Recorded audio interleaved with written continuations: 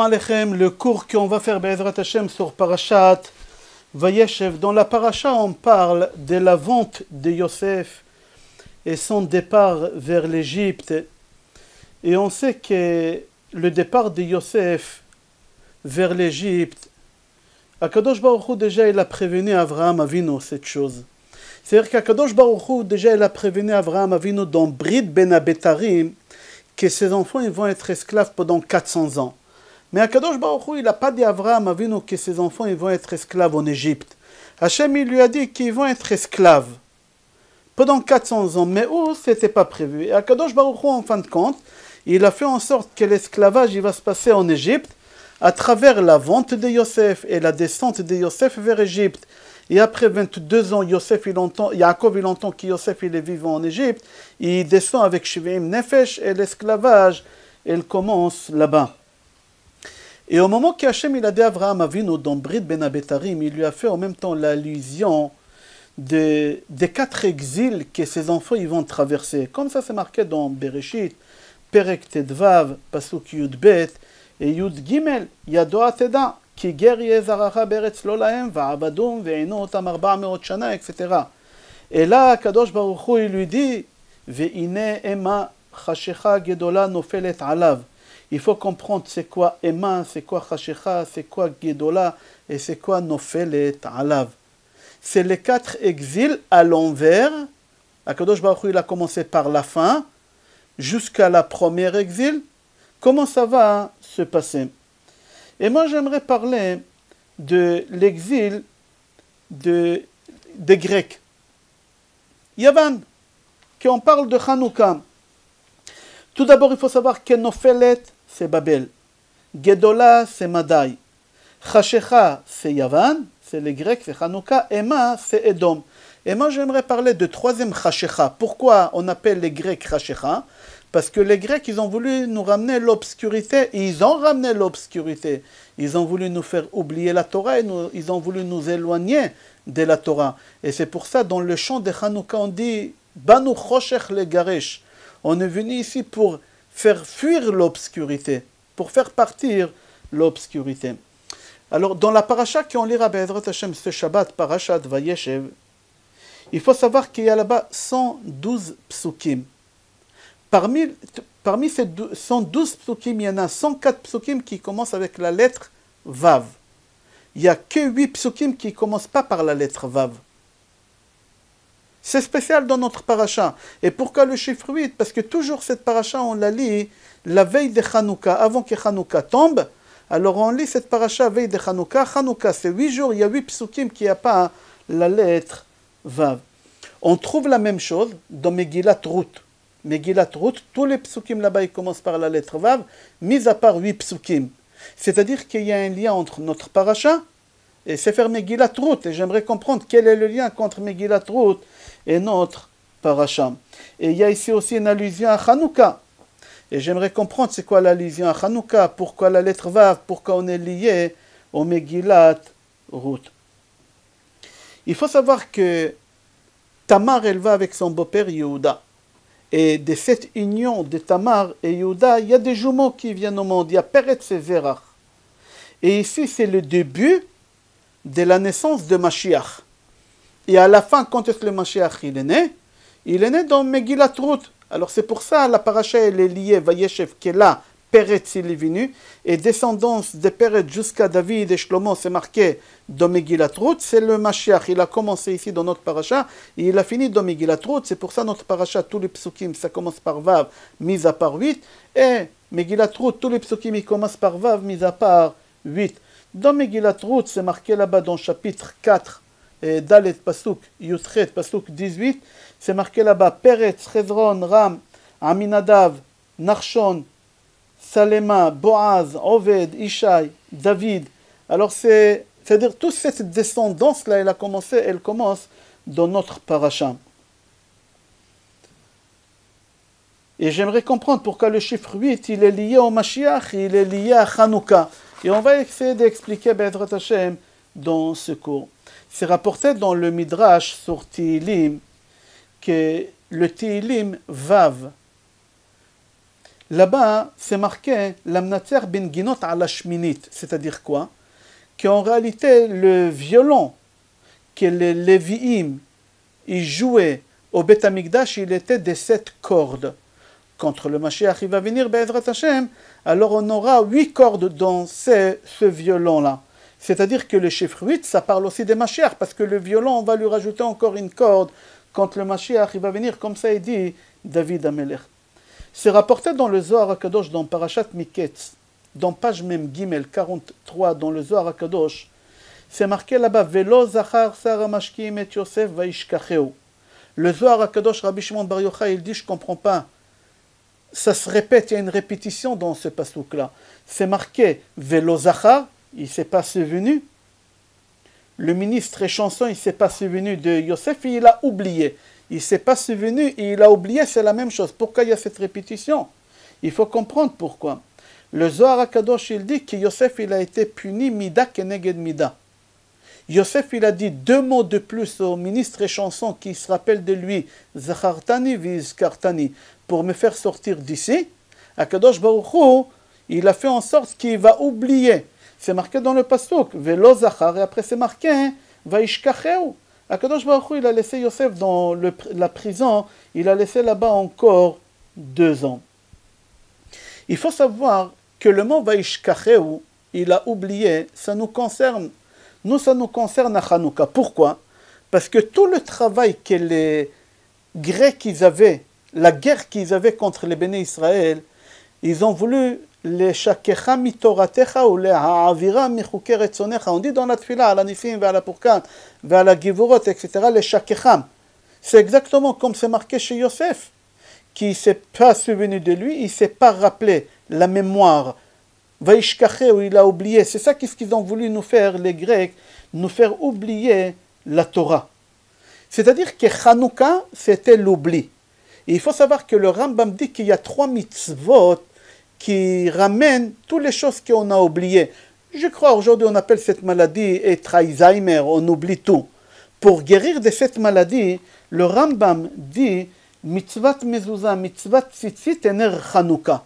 Ça ramène la mémoire, ça guérit. On voit que Hanouka, ça ramène la mémoire. Pourquoi Hanouka, ça ramène la mémoire? Parce que tout le travail des Grecs qui étaient contre nous, c'est l'oubli. Ils ont voulu nous faire oublier. Mis à part, il y a une Gemara Orayot, page Yud Gimel Amud Aleph ou Amud Bet, je ne me rappelle pas, hein. C'est marqué là-bas 7 choses qui ramènent l'oubli, cette maladie. Et face à ça, il y a 7 choses qui guérissent de cette maladie. Et parmi ces 7 choses-là, il y a l'huile d'olive. L'huile d'olive, il guérit de cette maladie. Et à Hanouka, on allume les bougies de Hanouka avec de l'huile d'olive. Pourquoi l'huile d'olive avec oubli? Pourquoi? Parce que toute la guerre que les Béné Israël, les Juifs, ils avaient, les Hashmonaïm, ils avaient avec les Grecs, c'était dans l'oubli. Ils ont voulu nous faire oublier la Torah, les mitzvot, etc. La semaine dernière, on a étudié que Yaakov, quand il a traversé le fleuve Nachal Yabok, il a fait traverser toute sa famille, au milieu de la nuit, il s'est rappelé qu'il a oublié des petites fioles de l'autre côté, et il est retourné pour les chercher. Il a risqué sa vie. Au moment qu'il a récupéré les fioles, il est retourné, au milieu des fleuves, il y a un ange, c'est l'ange de Esav, le Samaël, qui vient, qui se bat avec Yaakov. Et à la fin, qu'est-ce qu'il fait? L'ange, il tape Yaakov dans le guide à Naché. En français, ça s'appelle le nerf sciatique. Naché, dans le guide à Naché. Pourquoi guide à Naché? Parce qu'il faut savoir que le mot Naché, ça veut dire oublier. C'est-à-dire que le malach de Esav, il a voulu toucher Yaakov dans le pied où il y a le nerf sciatique. Pourquoi? Parce que Naché, c'est l'oubli. Il a voulu faire oublier Yaakov aussi la Torah. Toute la Torah, il a voulu le faire oublier. Dans le livre Pré-Etzraïm, il pose la question, il dit, est-ce que le nerf sciatique, on doit le enlever des 2 pieds de l'animal ou d'un seul pied? Comme ça, il pose la question. Rabbi Yehuda dit une seule pied. Chachamim, et nous on suit la halakha d'après Chachamim, des 2 pieds. Pourquoi des 2 pieds? Ari Akadosh il dit, parce qu'on a Sheva Sefirot, les 7 sphères Chagat Nahim. C'est quoi Chagat Nahim, les Sheva Sefirot? Chesed, Gvura, Tiferet, Netzach, Hod, Yesod ou Malchut. Il y a les Sheva Sefirot. Dans la semaine, on a 7 jours. Chaque jour, c'est une sphira. Notre corps, il est divisé entre 7 parties. Chaque partie du corps, c'est une spirale. Il y a la tête, il y a la main droite, la main gauche, il y a le corps, il y a la jambe droite, il y a la jambe gauche, et il y a la atara. C'est-à-dire le corps, il est divisé en 3 parties. Comme c'est marqué dans Patach Eliyahu, on dit tous les jours dans la tfila, Patach Eliyahu navi zachor letov ve'amar, ribon almin dat vela bechushbanato ila al kol ilahin, setima al kol setimin. Qu'est-ce qu'on dit là-bas? Chesed, deroa yemina. Le chesed, c'est la main droite. Gevura, deroa semala. La gvura, c'est la main gauche. Tiferet, gouf. Netzach ve'od, terin shokin. Le netzach et le od, c'est les 2 pieds. C'est ça qui m'intéresse maintenant dans ce cours, c'est les 2 pieds, celui de droite et celui de gauche, on les appelle d'après la Kabbale, Netzach et Od. Ari Akadosh, il dit que l'ange qui s'est battu avec Yaakov, il a voulu toucher Betrin Shokin, il a voulu taper Yaakov dans les 2 pieds. Il a voulu taper Yaakov dans les 2 pieds, qui s'appellent Netzach et Od. Mais en réalité, il a réussi à taper dans une seule jambe qu'on l'appelle Netzach. Le Hod, il n'a pas pu toucher le Hod.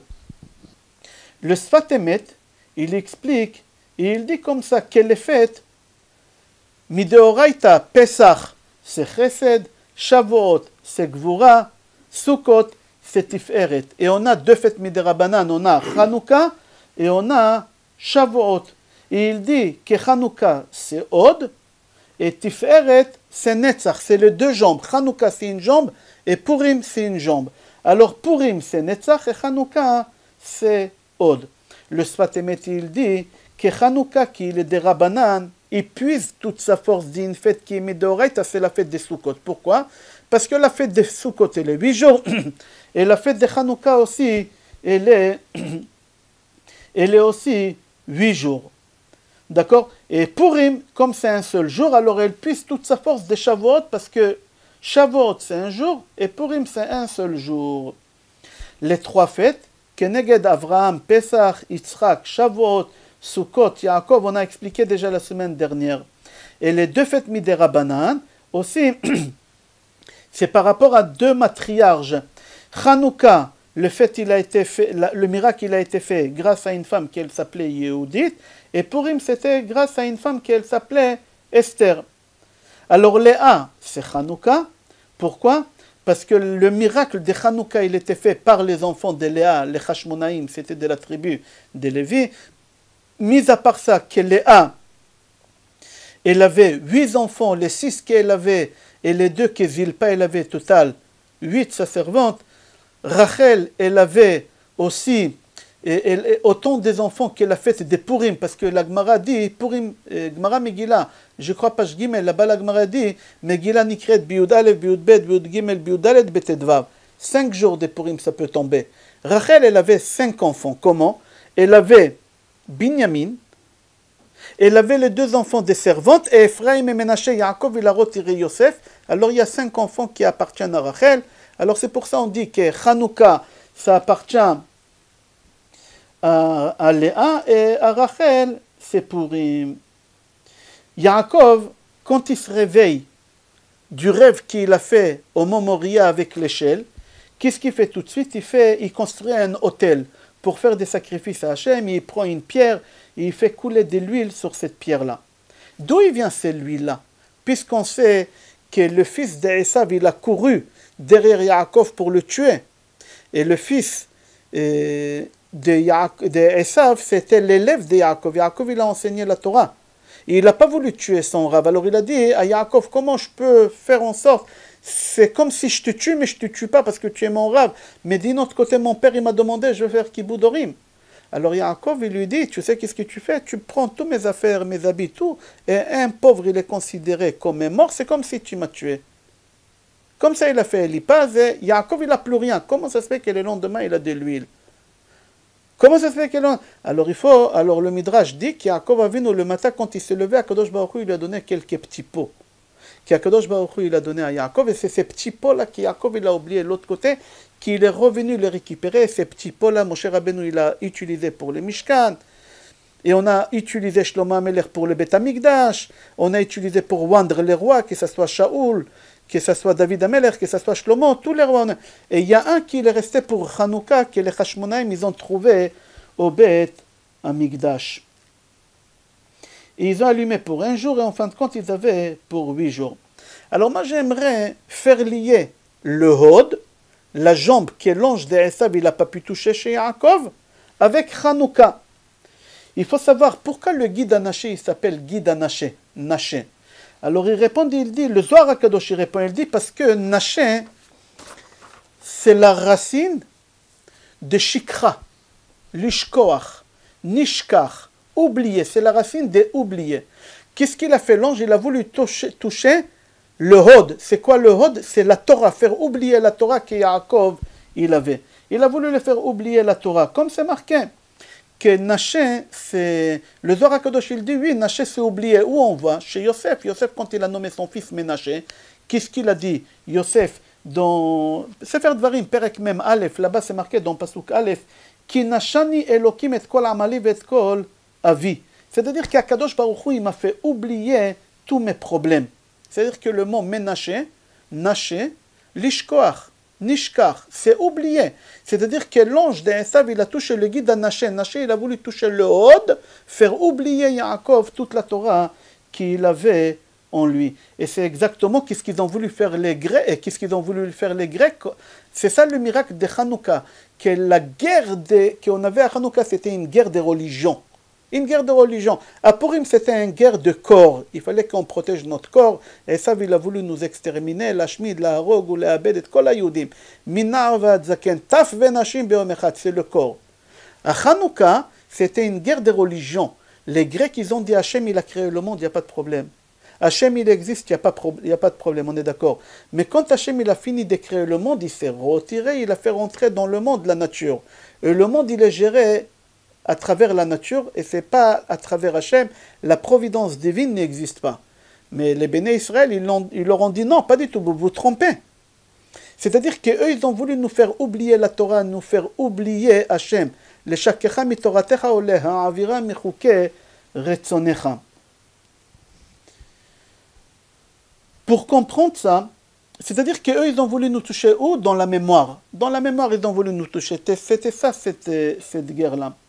C'est rapporté dans Gemara Shabbat, page Peichet Amud Bet. Au moment que Moshe Rabbeinu il est monté ramener la Torah, les malachim, ils ont dit à Kadosh Baruch Hu, ten hodcha ala shamayim. Hod, c'est quoi Hod?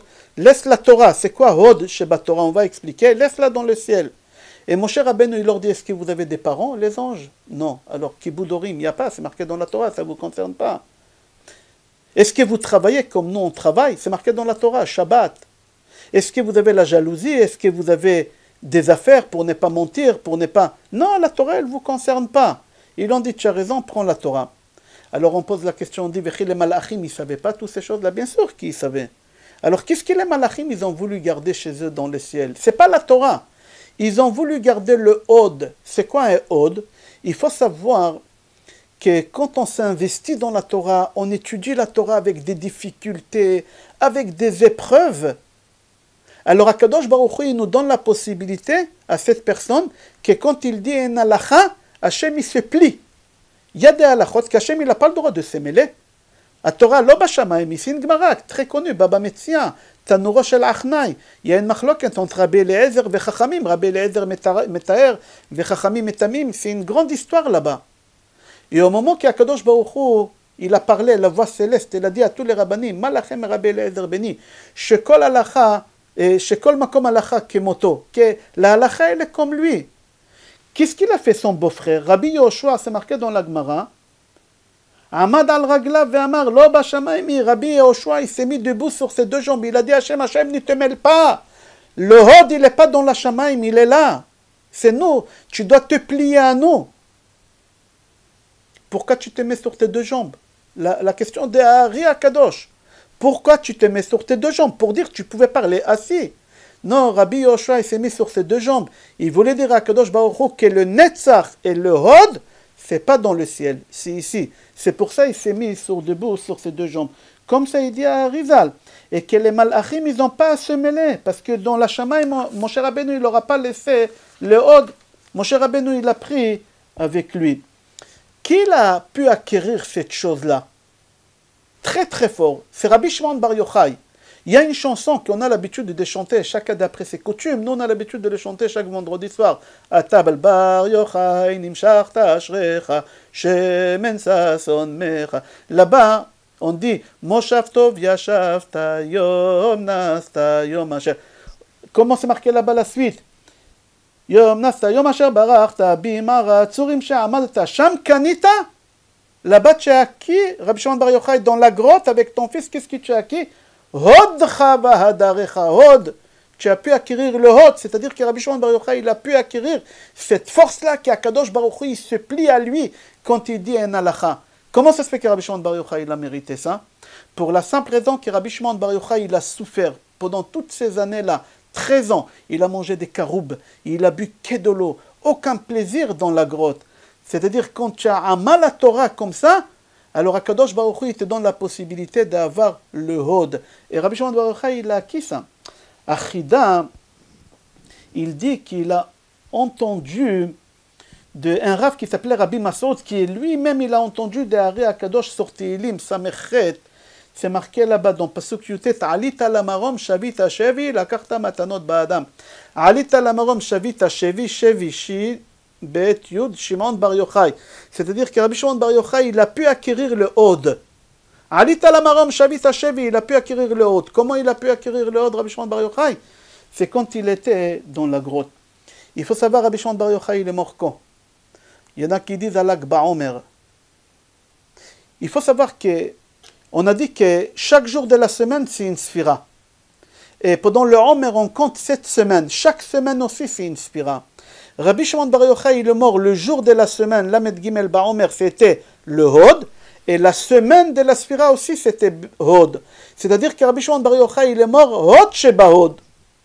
C'est la totale. Rabbi Shimon Bar Yochai, il a pu acquérir la totale. Comment ça se fait que Rabbi Shimon Bar Yochai, il a pu acquérir le Hod Sheba Hod?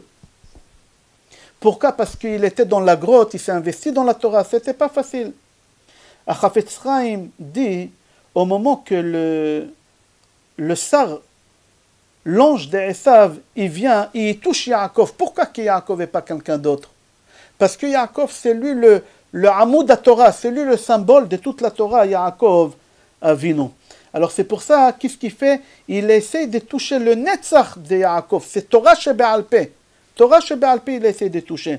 Qu'est-ce qu'il fait? Il veut lui donner un coup. Alors lui, il essaie de toucher aussi le Hod, chez Amal Torah, mais il n'arrive pas à toucher d'après et à Rizal. Maintenant, on va comprendre qu'est-ce qu'ils ont voulu de nous, les Grecs. Les Grecs, ils n'ont pas voulu nous tuer. Ils n'ont pas voulu nous exterminer comme à Purim. Eux, ils ont voulu une seule chose. Ils ont voulu nous détacher d'Amal Torah. Ils ont voulu nous détacher d'Amal Torah. Hachem, il existe, il n'y a pas de problème. Hachem, il a créé le monde, il n'y a pas de problème, on est d'accord avec nous. Mais il n'y a pas le Hod. Akadosh Baruch Hu, il a fait rentrer la nature dans le monde. Le monde, il est géré à travers la nature. Et les Cheshmonaim, ils leur ont prouvé à travers la nature que la nature, elle n'existe pas. Que l'huile qui doit rester une journée, il est resté allumé 7 jours de plus pendant 8 jours total. Pourquoi l'huile? Pourquoi ils l'auront prouvé à travers l'huile? Parce que le prophète Oshéa, dans le chapitre Yud Dalet, Pasuk Zayin, il dit Vayi kezait hod vereach lo kalevanon. Il appelle l'huile d'olive hod. Comme ça le prophète il l'appelle. Pourquoi l'huile il appelle hod? Parce que Yaakov Avinu il a reçu cette fiole de l'huile qu'on a trouvée pour Hanouka, il a reçu du ciel. C'est ça le hod que Rabbi Shimon Bar Yochai il a pu recevoir aussi dans le ciel. Alors quel rapport il y a le hod et l'huile d'olive? Alors on a dit pour acquérir le hod il faut souffrir. Comme Rabbi Shimon Bar Yochai, il faut vraiment persister, il faut persévérer pour arriver. Rabbi Shimon Bar Yochai, c'est ça qu'est-ce qu'il a fait, il a obtenu le hod. Et pour obtenir de l'huile d'olive pure, qu'est-ce qu'il faut faire pour obtenir de l'huile d'olive pure? Alors on prend l'olive, le noyau d'olive, le meilleur huile cachère pour l'allumage, c'est avec le noyau, pas avec toute l'olive entière, comme on fait aujourd'hui. On prend que le noyau et on les fait écraser, et après il y a de l'huile pure qui sort. C'est cette personne qu'elle souffre, quand même elle étudie la Torah, il peut acquérir le hod, comme il a fait Rabbi Shimon Bar Yochai. Je crois en français ça s'appelle concassage, je crois, pour obtenir l'huile. Rabbi Shimon Bar Yochai, il a pu obtenir le hod de la Torah dans la grotte, à travers les caroubes et à travers de l'eau, aucun plaisir. Toi aussi, si tu veux acquérir le Od de la Torah aujourd'hui, de nos jours aujourd'hui, c'est uniquement à travers la Torah. Il faut que tu saches comment travailler sur le Yetzer Hara et aller écouter des cours de Torah, même que tu as une migraine, même que c'est pas facile, même comme ça tu pourras obtenir le Od. On a dit au début du cours que le Rokach, il dit que toute la paracha de Vayeshev, dès le début jusqu'à la fin, elle commence tous les psukim par la lettre Vav, mis à part 8 psukim. Il y a aussi Megillat Esther, 8 psukim. Et contre ça, on a les 8 jours de Hanouka, que c'est une préparation, Be'ezrat Hashem, pour la venue de Mashiach. On a dit pourquoi la venue de Mashiach. On a ramené tout à l'heure pourquoi la venue de Mashiach. C'est par rapport à la corde qui est dans Tehillim Perek Vav, qui est la corde de Lévi'im au Beth Amikdash, qui est de 7 cordes. Et quand le violon, qui est de 7 cordes, et quand le Mashiach il va venir, ça sera de 8 cordes. La Mnatzach à la Shminit, Mizmor le David. Be'ezrat Hashem,